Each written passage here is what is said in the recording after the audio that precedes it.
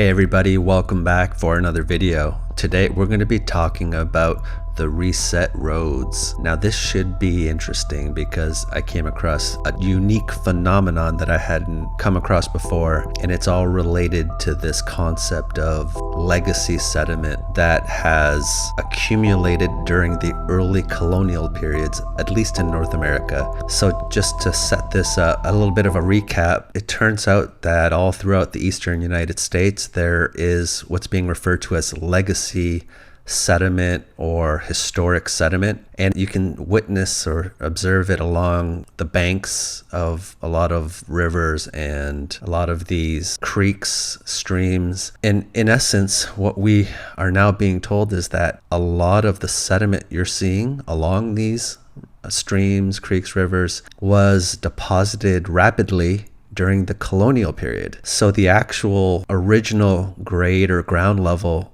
is a lot lower than what you're seeing. But today we have this new ground level, and all this was deposited during the colonial period. And they can tell that because there are a lot of dams and they have mills associated with the dams. And those dams and mills, they date to the colonial period. So, and they can see the sediment is trapped behind some of these dams, so they can link the two. So I've been looking into this now for the last several videos, but I came across a unique phenomenon. And before I get to that, I just want to give you a sense of how much sediment has accumulated in some of these areas. I was looking at this one paper talking about this one area in Umstead State Park, which is, I guess, just outside of Raleigh, North Carolina. And it's this creek, Richland Creek. So there's these embankments, which can be as high as from 3 to 10 feet. And it's all this legacy sediment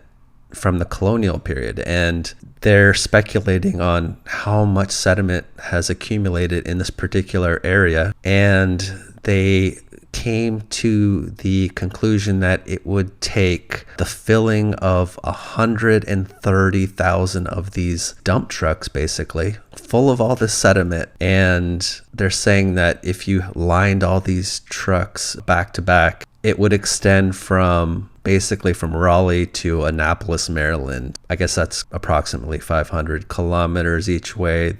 That's their calculations. So you'd have this stream of trucks filled with legacy sediment. And that's just from this one area within a state park. And you have this all throughout the eastern United States. So very interesting, just the amount of it. But as I was looking deeper into this, I started coming across some of these, what they're referring to as these buried colonial period roads. A lot of them seem to be these log roads, and just a couple of different papers talking about these buried colonial period log roads that are buried underneath all this rapidly accumulating sediment from the colonial period. And this is just from the New England river valleys, and this one was somewhere in Pennsylvania. They weren't too specific about it, but yeah, I thought that was interesting. So I wanted to look into this concept of these buried colonial period roads, and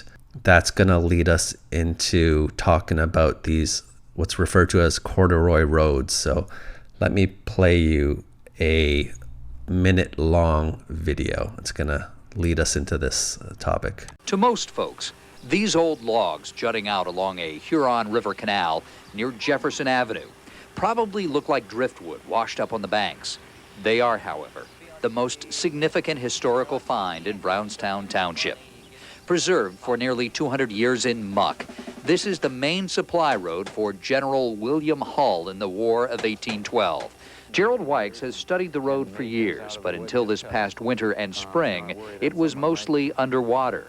The recent low lake levels have exposed this part of Michigan history. This log road would basically be the first leg of Jefferson Avenue, because once you go up this hill and through all these weeds, you'll see where the current Jefferson Avenue basically follows the same course. And while so much has changed since then, so much has not. Okay, yeah, very interesting stuff. And apparently, the section of road that's represented here was constructed in 1812, but I think that this road is older than we're being told. And here's just a graphic showing you the full extent of that road at one point, and they're saying it would have been about 200 miles long. So interesting. I had never heard of these corduroy roads, and that's just the name they've given it because of its appearance. But this particular road was considered one of the early interstate highways as well. And I think I read that it was actually the first federal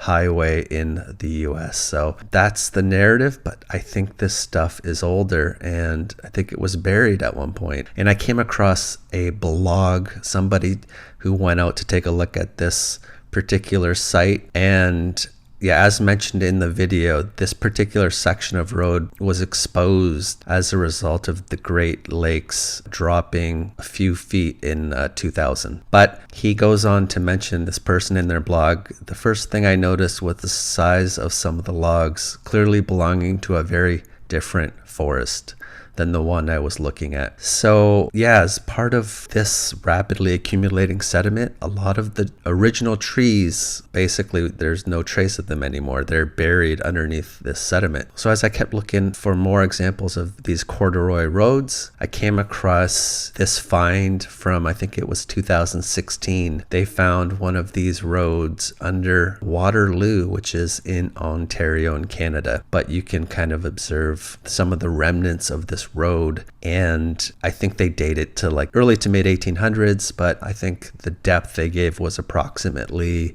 2 meters, but just really interesting stuff. And I guess they found another portion of this road discovered beneath King Street in Waterloo. So I had never heard of these roads actually before, and it's interesting that they're associated with this early colonial period as well, at least in some cases. But yeah, I find them an interesting phenomenon. And there was another portion of a corduroy road found in northern New York State, the Wilson Hill site. And in this particular paper, they were showing some of the different locations where they have found portions of these types of roads. And this particular Wilson Hill corduroy road, it's along the St. Lawrence Seaway, but there's just, even within New York, they've found several sites, and they gave a graphic showing some of these sites scattered throughout the United States. But just this whole idea that a lot of these roads might have been buried at the same time, at some point in our past, but explained away differently at different sites. Yeah, I think that's about all I have on this subject for now, just to kind of keep it short. Interesting phenomenon associated with all this legacy sediment. I think there was an event in our past, and it's not in the history books.